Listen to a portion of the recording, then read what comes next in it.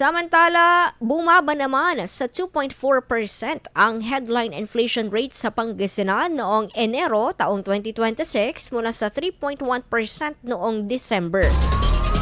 Ayon po yan sa ulat ng Philippine Statistics Authority Region 1. Mas mababa rin ito kumpara sa naitalang 2.6% noong January 2025. Ang average inflation rate sa lalawigan para sa 2026 ay naitala rin sa 2.4%. Ayon sa ulat, nakitaan ng pagbaba ang presyo ng karamihan sa pangunahing bilihin kabilang ang pagkain at non-alcoholic beverages, transportasyon, kasuotan at serbisyo sa libangan.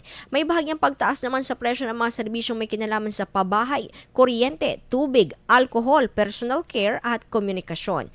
Nananatili naman ang presyo ng mga serbisyo sa kalusugan, edukasyon at ilang serbisyong pinansyal. Pinakamalaking nag-ambag sa inflation sa lalawigan ang pagkain at serbisyo sa kainan na sinundan ng pabahay at kuryente.